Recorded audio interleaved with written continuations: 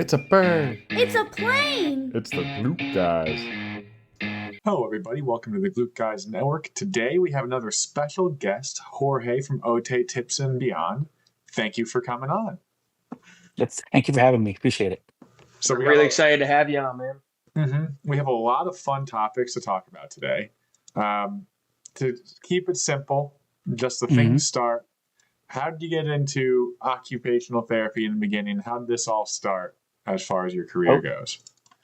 Okay, well, actually, I started out as a surgical technologist first, and I was working in the operating room. Okay, but with my plans on having a family, I knew that I needed to. There was only so much I was going to make regarding salary wise, so I knew that I had to go back to school and get something else, something more. So I actually just started to look into different careers that were out there. I found occupational therapy and basically one of those career books. Really is what it was. And I just looked through it. And initially I was like, now this sounds really cool because I like the idea of the initial idea of helping people being able to get dressed again after they had a stroke. So that was the initial interest in OT. Yeah. Gotcha. And Very then cool. what sort of brought you to pediatrics? Okay. So my work in pediatrics was completely I was not looking for pediatrics, as a matter of fact. I was actually avoiding pediatrics, which is kind of funny. You know, when I first got out of OT school, just the idea of working with kids just terrified me. Just like, oh no way, right? So, during that time, which is in 2001, the market wasn't that great trying to find a full time job with benefits.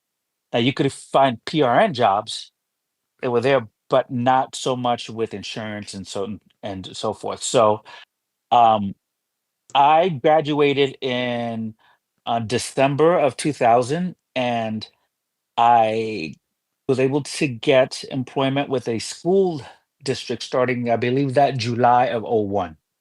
Okay. And so I took it because that's what they had open, and I was in pediatrics in a school-based setting until 2023.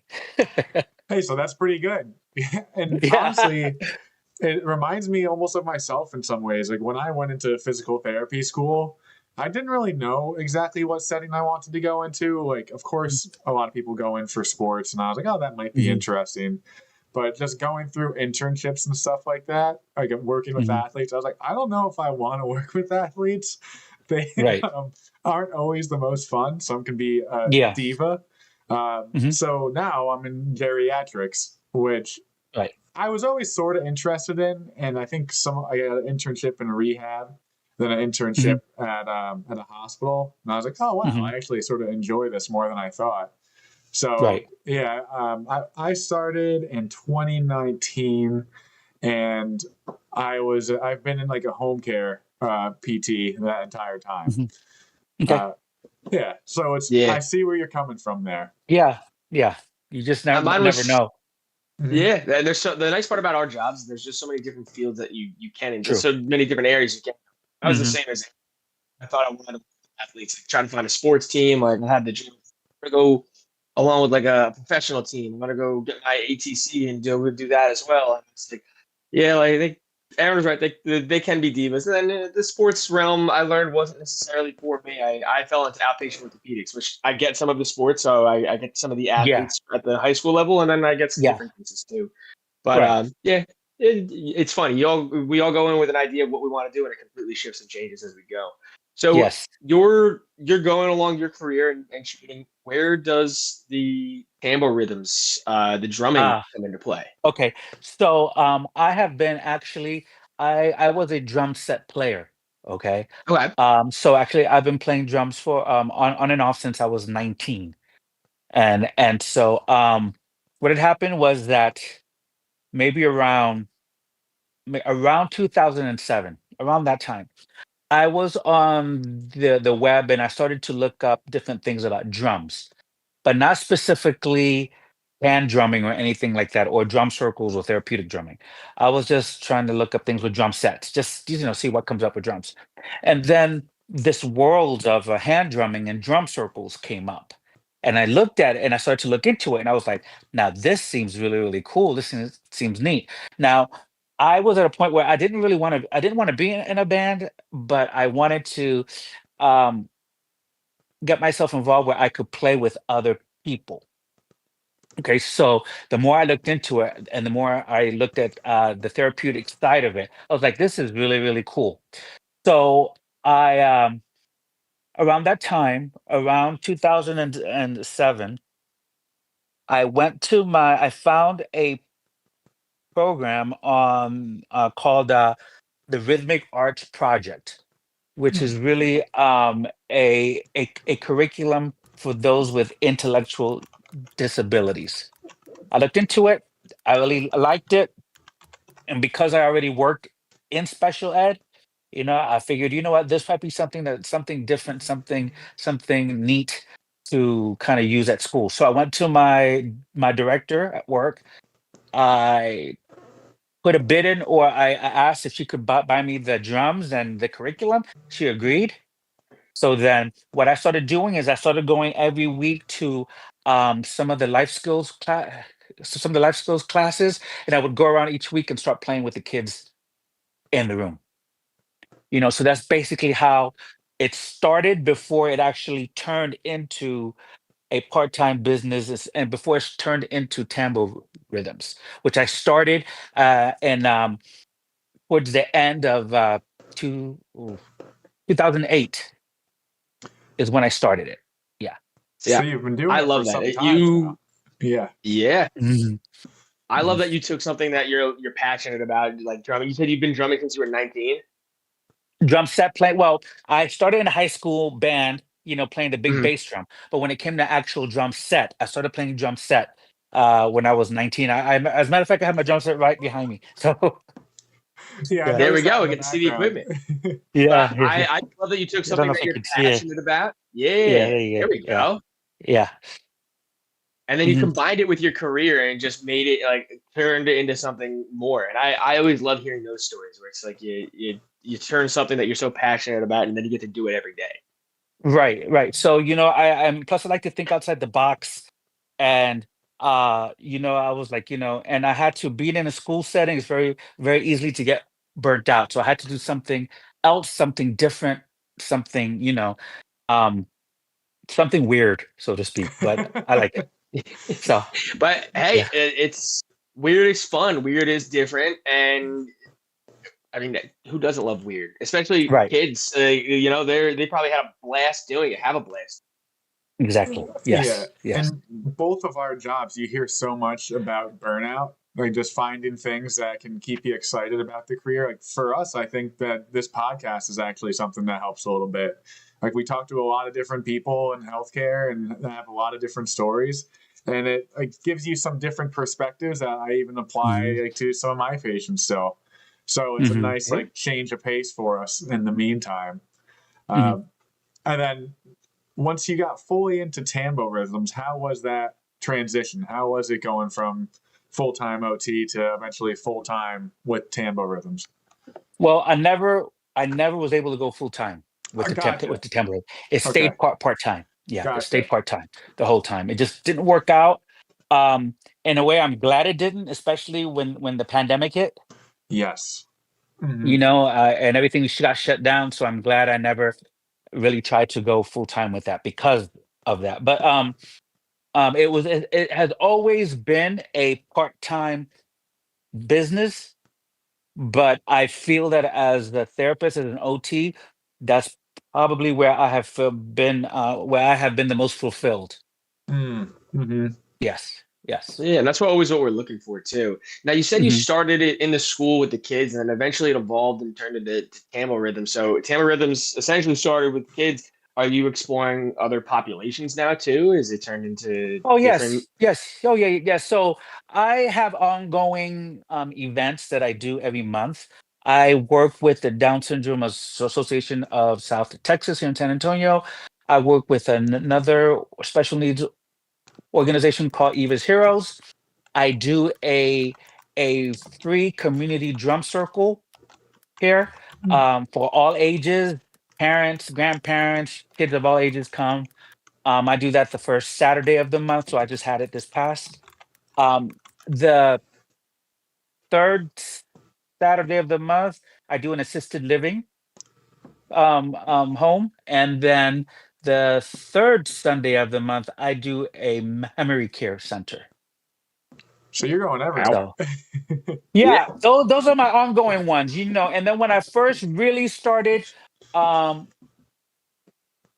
um, when I first started, not just in the schools, but going outside the schools, I did a lot of like senior homes and so forth too in the beginning, you know. And there was a music store here that I did drum circles there once a month as well, which was good. It was good because you have to in order for me to develop my skill, in order for me to get the clientele, to get my name out there, sometimes you just have to do stuff for free. Yeah. It Oh is yeah. what it is, So, but it was good for me too, because then I got to meet people. I got to develop, the whole drumming, and the practice makes perfect, with the drumming. So, yeah, so I work basically um, all types of groups. It's not just I probably am, I work the most with special needs, but I'm not exclusive to them. I've also drummed with a support group for bipolar Oh, and depression here. Um, I've drummed for uh brain. I think it's brain injury association. I don't know the full name of it, but I have drummed for them as well. There's so many names, and sometimes they have very extended names. So yeah, yeah, yeah. I am terrible with names, so I completely yeah, understand yeah, that. yeah, yeah, And especially when yeah. you've been doing it for such a long and you've been with so many different populations, I can Hmm. imagine it's hard to remember all those different names. Hmm. But like you said, it's a skill that you have to develop, that you have to practice more and more. And the Oh more yeah. you do it, the better you get with it. And there's always room to learn something different, Mhm. learn Exactly. something And more. I love that, like that's the approach that you took even with starting the whole drum circles and the Tamborhythms, where it's just like you just mentioned, like sometimes you have to do some stuff for free to get your name out there and to grow. And that allowed you to learn, I'm sure. And you start these groups and you can get feedback from them and they're enjoying it. It's a free session to learn as well too. And now you get to Hmm. look at it as it started with something smaller and it's blown up into, like, you just named so many different events that you have going on every month. And I think that's something beautiful. Like that's more Yeah, than we could have asked for. yeah, yeah. It is a blessing for sure, because how many people can really say, really, that they get paid for their hobby? Yeah. Yeah. I That's what we're mean, trying to do here, Jorge. We're yeah, I loving, got you. like we get to meet new people all the time. Like you're one of the really cool people we got to meet while we're doing this, and Mhm. we do it all just because we want to learn as well. We want to share your guys' experiences out here. So I think Yeah, it's really cool. So, but I agree. When you get to get paid for your hobby, there's nothing better than that. right. Hmm. Right. So when I first saw your channel, one of the things that I thought was most interesting actually was how you did memory care and assisted living. Because where I go to people's houses, but I also go to actually assisted living and memory care. And Hmm. the one building in particular that I go to has a lady that comes that does drumming, but definitely like in a very different way. Like she actually Hmm. doesn't have drums in particular, so she just has drumsticks, and then sometimes we'll even just use balls and just use that like a Yeah, drum. yeah. I've seen that. Yeah, Yeah, yeah. and you could tell that people in assisted living and memory care, just the stimulation from muscle, the rhythm, even like you were saying before, being in a community is Hmm. actually very nice and very helpful and something that people enjoy a Yes. lot. So this is Mhm. my long-winded way of asking, what are, I guess, the benefits that you see for the patients, the people that you work with the drum circle, with all of this stuff? Okay. Yeah. So one of the things that I did was I tried to I wanted to bridge. um, OT practice with the drumming. Bring the two together. So um, when I went back and I took a look at the framework, our framework, I went through it and I wanted to see, okay, where did the drumming fit? What did it do? And so when it comes to some areas of occupation that it addresses, which is very important, play, social participation, stress management. Um, you can also use it to augment educational skills, especially with the young kids. And what I mean by that is you can teach them, like when it comes to like the sides of a square, the sides of a triangle. You tap out the sides. Okay. You can also um, there's a lot of social emotional skill building involved. There's a lot of multi-sensory components involved. There's the vestibular, there's the auditory, the visual, the proprioceptive, the tactile. They got all these systems coming together and working together. So one of the things that I like, especially with the kids, is that, and it's true for adults as well, is that play is a very important occupation for everyone, whether you're a child or an adult. The problem is that as we get older, many of us forget to play, because we get too wrapped up in life, bills, work, whatever. I get it. We've all been there, or we're all there right now, but we forget that play is still very important at all ages. So one of the things I see with the kids is that they are playing, they're having fun, which they should, but within the context and realm of that, they are learning social skills. They're learning how to take turns. They're learning self-control. You know, they learn how to lead as well, because I have them get up and they lead the group. It builds on their self-esteem. They learn how to take turns. So much social skill involvement is there. They don't know it, they don't think about it, but it's there, and I know it and I see it. you know and I have some stories that I could share as well in regard. Now when it comes to adults as well, um they may talk about how it helps their anxiety, how in a sense that it helps them to be calmer. you know One of the things, especially, that one of the participants told me one time, one of my adults, is that he said, that he rarely leaves the house. At that time, it wasn't that long ago, but he rarely leaves the house for anything, and he always wears a mask, so he's always concerned. But he says that the drumming is one of the few things that he came out of the house for, which is huge, because Mhm. that is Yeah. social participation. Because somebody staying at home all the time is not healthy. Yeah. It is not healthy. So I can see that people being able to connect, just having that feeling of belonging, and so forth. So it's been great, seeing the effect it's had on the people, whether they're young or older, child or senior. Oh, without a doubt. Like even just to touch first on what you just mentioned, the socializing, the like belonging, the common grounds to connect with somebody. We're social Mhm. beings. We're not meant to be, Yeah, stuck inside of a room, not like, socializing with others. It's actually detrimental to our health when we do it mentally. It's and exactly. physically. It's. So what you're giving these people is something that they can all connect over. They can come together, they talk, socialize, and it becomes more than just than the drums, which is what it's all about. It's And more even for the it's kids, more than like, the drums, right? It's more than the drums, right? And the thing that I like about what I'm doing is that you don't have to be a musician. You don't have to be a drummer. You could just come as you are, so to speak. If you want to play a little shaker, you play a shaker. If you just want to tap lightly on the drum, you tap on the drum. It's all within you, participating within your comfort level. However, I do encourage everyone to participate, have some part. It's not a spectator sport. It's engagement activity. So yeah. One of the without a doubt. one of the biggest things that you said that actually, again, I apply to the building I go to is how a lot of Mhm. adults don't think of play as an important thing anymore. And it is true that even with us, we have we have an exercise physiologist that works in the building, and we're always trying to figure out ways to get people involved.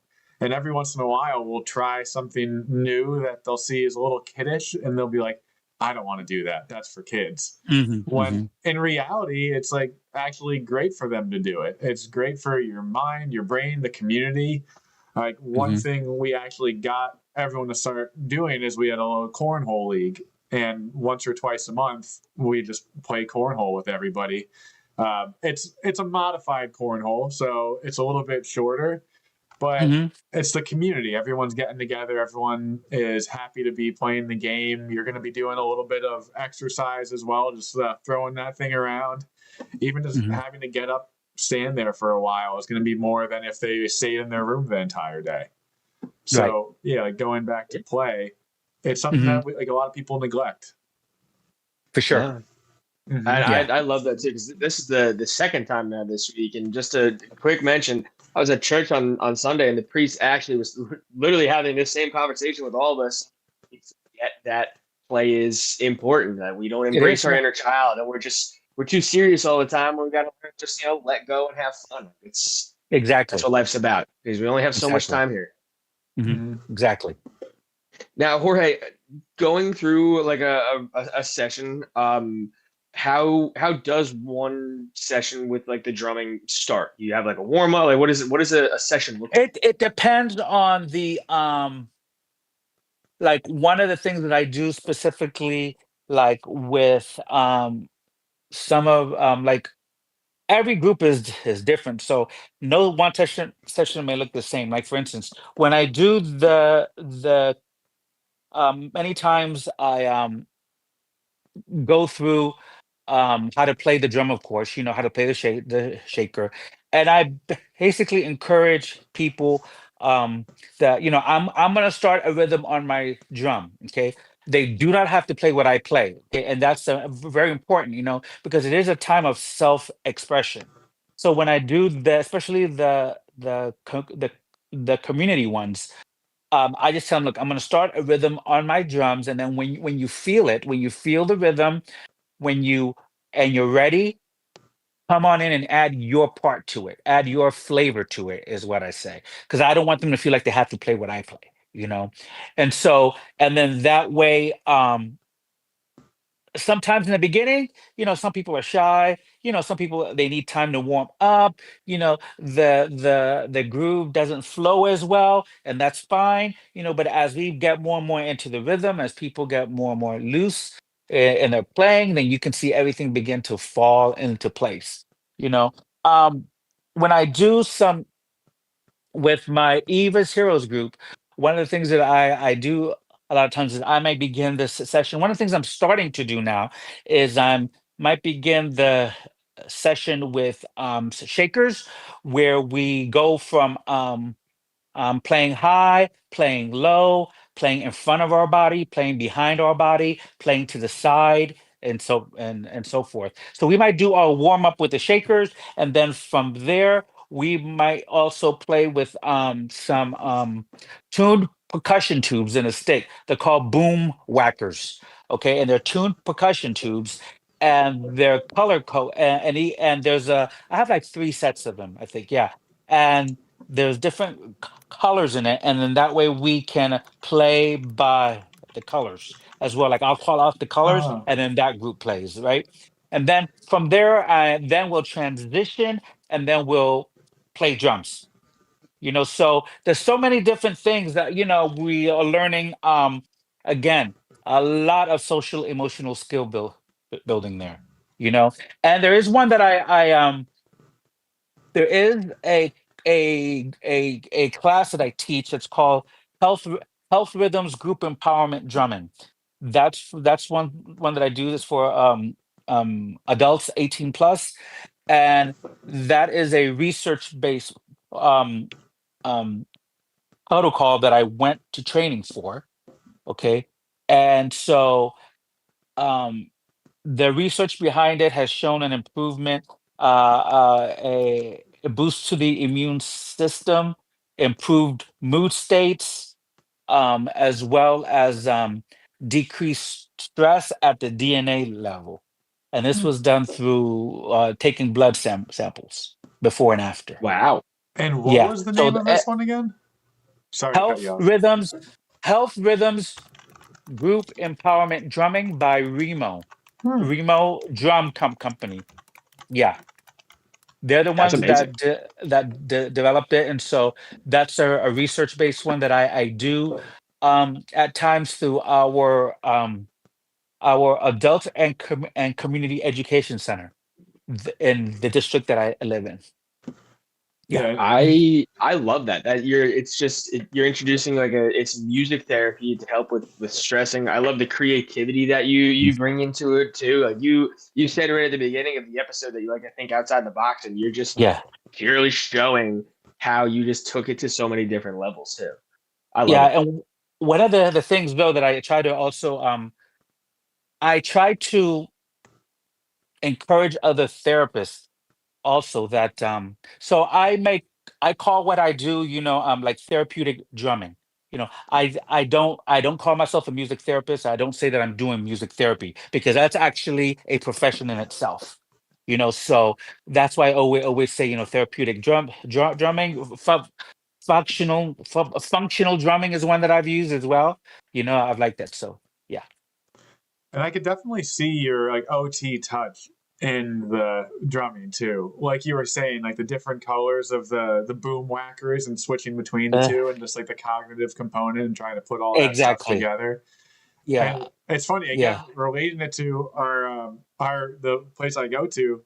We were actually talking today about like the appropriate amount of cognitive stimulation for people because my coworker tried to do a balance class where it was almost a little bit too much for some of the people, meaning there was just too much going on.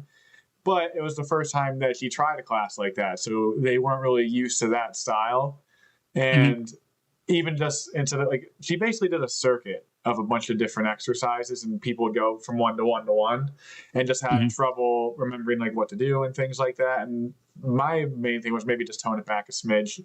Instead of doing like 6 things in a circuit, do 3 things in a circuit so that it's easier to go along with it, and stay consistent with it. But just thinking of the cognition part of it made me think of what you were just saying, like how you can do different colors and do up high, down low, and things like that. Mhm. Mhm. Yeah. Yeah, um and of course, like how you always have to adapt. You Mm-hmm. adapt as you need to. That's one of the things, I go in with a certain idea as to how I want things to go, but it doesn't always happen, and that's okay. Because you have to adapt to what the client needs, to what they are comfortable with. So Yeah, Oh yeah, that like goes for both of our jobs. It's the amount of times that I've gone into a treatment session with a patient, like, okay, this is what we're gonna do today, and I walk in and it's changed. It's every time, every single yeah, time. yeah, I'm like, I yeah. got this plan and these goals for today, and we're not doing any of them. You have to be a good therapist, no matter what type of therapist you are, you have to be flexible. You have Mhm. to, because if you're not, you're not gonna make it. You're not gonna make it. So yeah. So, if you were talking to a new OT, a new PT, Hmm. what ideas, I guess, that you've gotten from Tamborhythms, just drumming in general, could you apply to a new grad PT, OT, speech therapist? Oh yes. Teamwork. Number one. You go in there with a you go in there with a heart willing to adapt and willing to also to serve. And you don't always have all the answers, and that's okay. You go in there and you learn also through your mistakes and be willing to learn from anyone, no matter what title they have behind their names. Yeah, that's something that I think a lot of people don't think about. That sometimes, like, it doesn't matter what the training you've had is, you might just know No, how to work with someone better. Like, there's been a bunch of times where an aide will be with a person all the time, and I'll just say, you work with them more than I do. You're with them more. Like, you should know how they exactly. move better than Mhm. I do. Like, they might not necessarily be trained, but they might know how to do things a little bit easier just because they're used to it. It's what they Oh, do every day. for sure. Oh Yeah, yeah. especially in the school setting when I worked with teachers, when I worked with assistants and everything, I go and I learn from them. And they tell me and they show me how they do stuff, and sometimes their way might be bit better. So I think when it all goes back to kind of like the theme of the tempo rhythms of the drumming really is living in rhythm, which is really what it's about. Okay, it's about knowing what you have to maybe adapt, what you have to bring in, what you have to let go in order to be in rhythm, whether it be in your life, in your job, or whatever. Whether it be when you're dealing with somebody, knowing where to compromise, you know, knowing where to calm down, knowing when to stand your ground. All of that is about living in rhythm. Hmm. That's very Yeah. nice. It's very insightful too. Like you said, it's something that you could just apply to your entire life. Oh yes, yes. Just And I being talk. like aware. Yes, and I talk about that frequently at my drum circles about living in rhythm when I leave, because it's not really in the present time. It's about the drumming, but I want them to leave with something more beyond the drumming. Hmm. Oh yeah. And I feel like Yeah, nowadays, especially, like, life's crazy, the world's crazy, everything's kind of crazy, and it's easy to get caught up in all of it, and it's hard to kind of just, turn that off and take a step out and realize that hmm, there's more to it than all of the craziness. right. And that sort of goes back to just bringing play back to everything. Like everyone just makes everything so stressful. And sometimes we do need to let our brains just relax, take a break, do something that's a little bit more fun, have some time with some community, some friends, some family, things like that. Helps you keep going a little bit more. Yeah, and one of Yeah. the things that I really have like too, especially in this world that we live in now, is that I have found that social media has made people less social. Okay, people are behind their phones, behind their keyboards. They lack the eye contact that you need, and just the social cues that you need by seeing someone. So that's one of the things that I like about the drumming, that it takes us away from that, where people have to learn to work together, Yeah. physically together. So Interesting. Devices off. It's yeah, crazy because I was talking to a patient about this earlier too, and like you see kids at a bus stop. Like when we were kids at a bus stop, Aaron, I think we might be the last of this generation. Of what I'm about to say is, you show up to the bus stop and none of us had our phones, and what we have to do? All right, we're gonna all talk, or we're playing a game before the bus comes or something. Nowadays, you roll up to a bus stop and you all you the kids just on their see phone. Hmm. Yeah. Mhm. swiping, like it's insane, and that's where, like, all the socializing really like starts. It starts young. If you don't build those skills young, it's gonna not, you're not gonna transition into adulthood with it. So Yeah, I'm and then I the have a feeling attention we're gonna see more and span, more. Yeah. right? And then the attention span is poor because Yep. of it. So Yep. Yeah. we looked at this study earlier in the year, maybe it was last year, that looked at kids age, I forget exactly what it was, something around 3 to 5, and tablet use. And they found kids that used tablets more than an hour a day had like an impaired ability to regulate their emotion. So instead I of believe it. getting angry and dealing with it and knowing how to control it, like a parent would just give them a tablet and they wouldn't know what to do because all they would know how to do is look at the tablet and distract themselves instead of actually dealing with emotions. So it really does. It's a big negative, I think, in society today. Yes, it is. It is.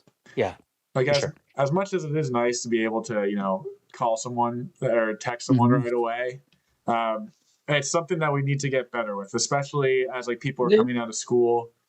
Like it's something like not even knowing how to write cursive anymore is to me still mind-boggling. How people don't know how to write cursive. Like, When I worked at a school, that's one of the things that I said. You know what? If the child is going to learn anything in cursive, at least teach them how to sign their name. yeah, Yeah. Let's talk about functional skills in life, because it was just a lot handwriting, and that's a whole other thing about how we could talk about the paper and how I got into that too. So yeah. Oh yeah. It's We definitely wanted to talk about the the paper yeah, a little yeah, bit more. yeah. Um, I guess yeah. Why not? Let's just dive right into that. Could you tell us let's like do Okay, it. a little bit about the Leggy Guide okay. handwriting paper? Yeah. So Legi Guide really, I got the name because it is a legibility guide. I just put that together like that. Okay. So basically, it was born out of frustration. Okay, I was frustrated many a times with my years in the schools.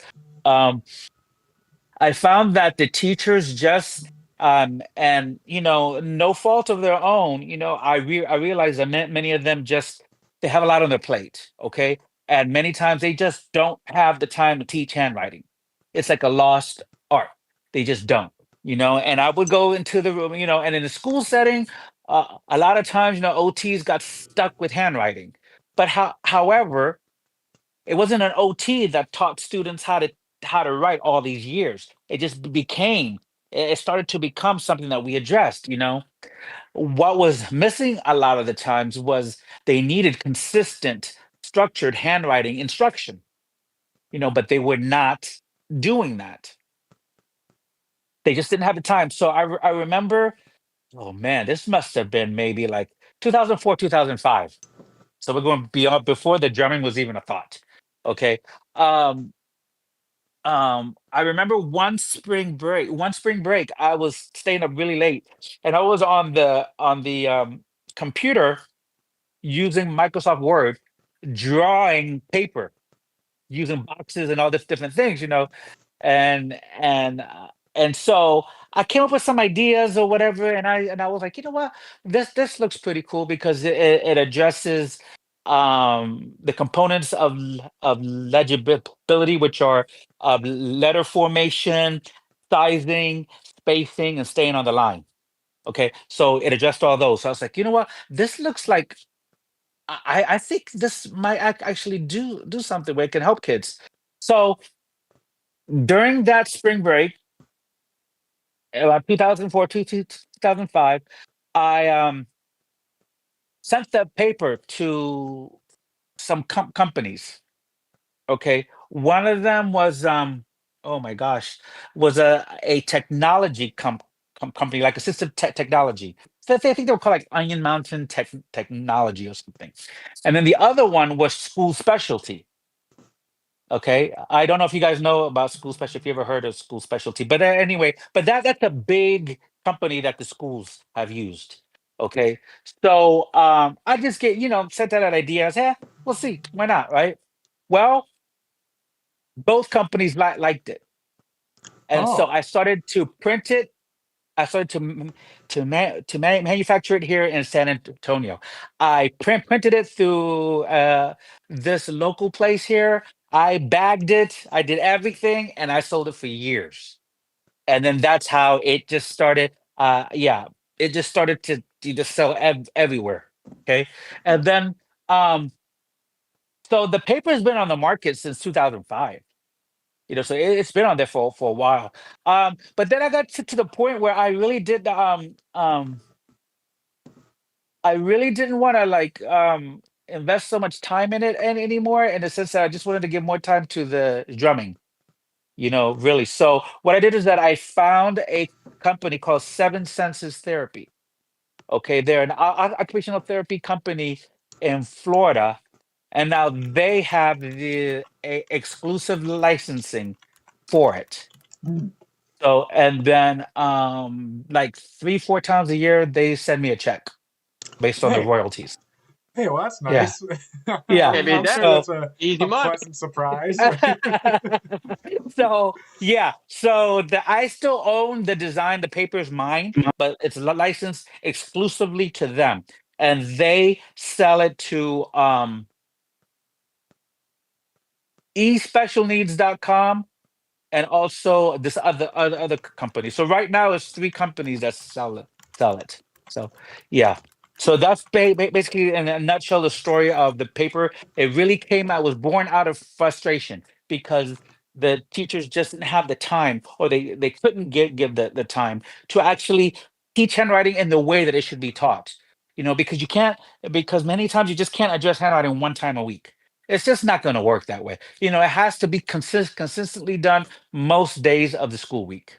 Hmm. You know, Yeah. and so that's how but of course, because It was a paper that I made and it was for sale. The funny thing about it is that paper, I have never been able to use it where I work, me Of personally, course, of course. because it was a conflict of interest because I was making money off of it. Now, Yeah. what I would do though is that I would make a black and white a version of it, kind of like a adapted black and white, and then I would use that. But I would use that at school, and I would put that at school, and that was I didn't make anything off of it because it was all black and white, and it didn't look the same anyway. So It is funny. yeah. That's like so backwards that you're the Yeah, creator I've of it never and you used a can't use paper with my own. it. I've never used a paper with my own students. It's always been other That's therapists that have told me. wild. Yeah, other therapists have given me feedback and told me about the paper. I have never sat with my own student. I've sat with my own children and done it when they were younger, but I've never used it with a student because I was That's so not going to wild. even get into the conflict of interest, or even if I bought the paper. Now, even I just wanted to keep my hands away from it. Yeah, one of Just Yeah, to those like think about like easy. the legality side of it, like that's something I never thought of. Like if I thought of like, oh, if Oh I make yeah, some, that's I the don't one want to thing. use Yeah, it, but like that's crazy to think about. yeah, it's always yeah, better safe than sorry. yeah, yeah.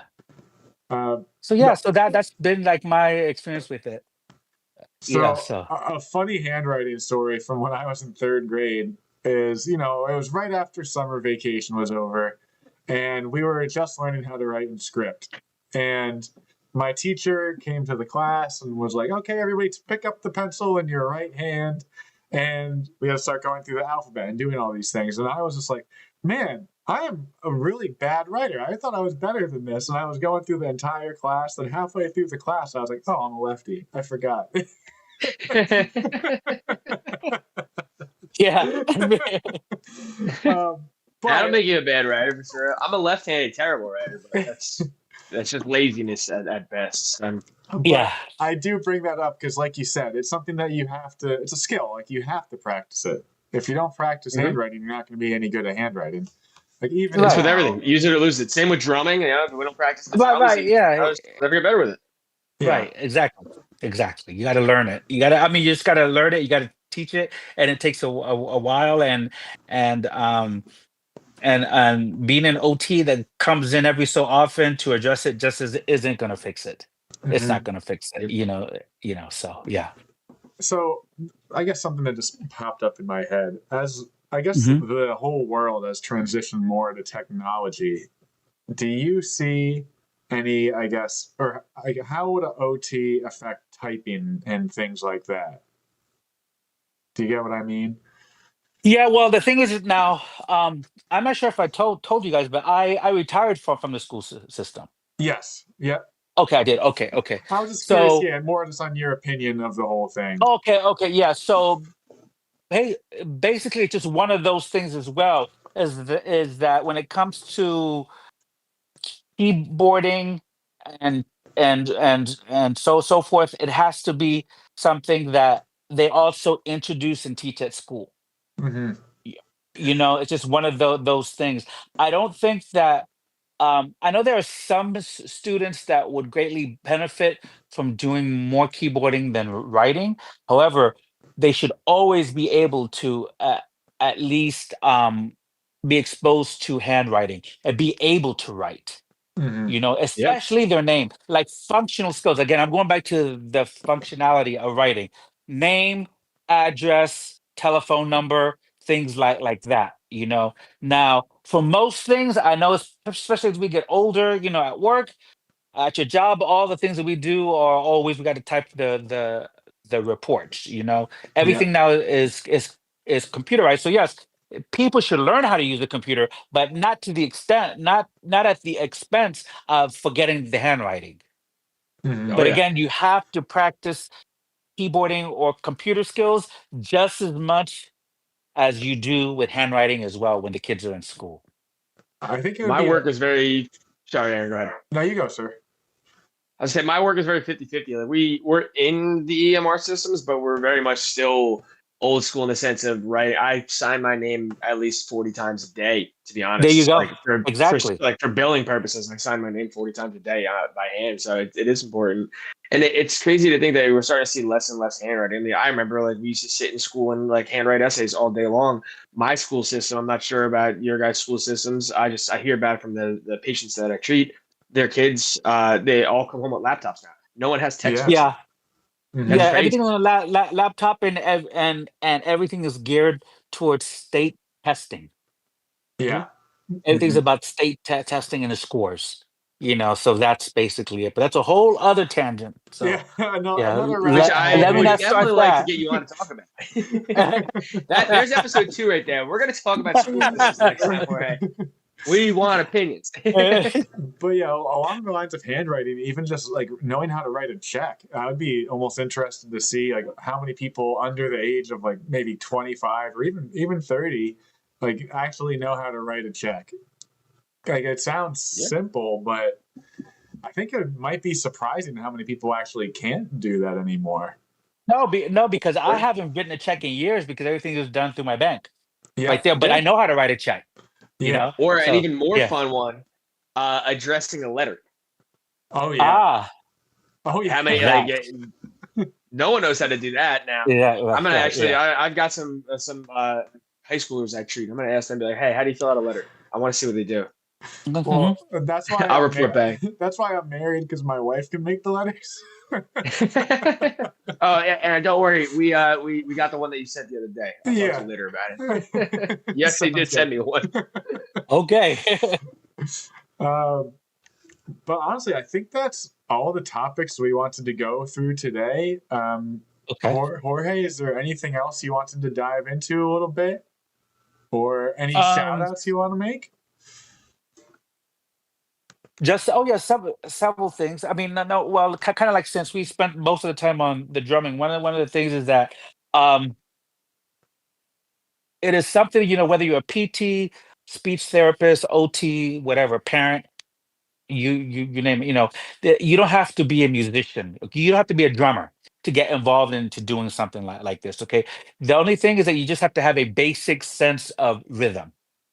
You know, um, and of course, the more you do it, the better you get at it.